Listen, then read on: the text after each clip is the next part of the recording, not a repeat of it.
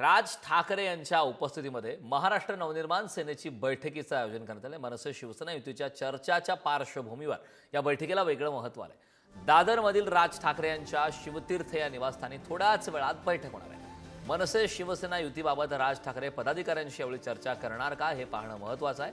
मनसेच्या बैठकीनंतर नाराज वैभव खेडेकर हे राज ठाकरेंची सुद्धा भेट घेणार आहेत। वैभव खेडेकर मनसेचे राज्य सरचिटणीस आणि कोकणातील महत्त्वाचे नेते, मात्र मागेच त्यांनी एक नाराजी संदर्भातली पोस्ट केली होती।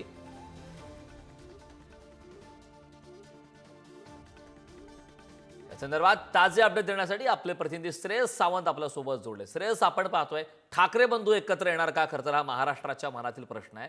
त्या दृष्टीने पावलं उचलण्यास सुरुवात झाली अशी सुद्धा चर्चा आहे। त्यातच आज महत्त्वाची बैठक होणार आहे। या बैठकीबाबतची काय महत्त्वाची आणि सविस्तर माहिती आहे? या बैठकीला कुठले कुठले नेते उपस्थित असणार आहेत?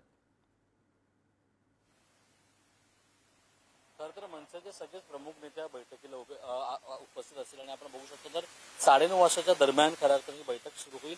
या बैठकीत जे सरचिटणीस आहेत, ज्यांच्यावर जबाबदारी दिल्या त्या सगळ्या जबाबदाऱ्यांचा आढावा मनसेअध्यक्ष राज ठाकरे काल त्यांनी घेतला, आज घेणार, उद्या घेणार आहेत।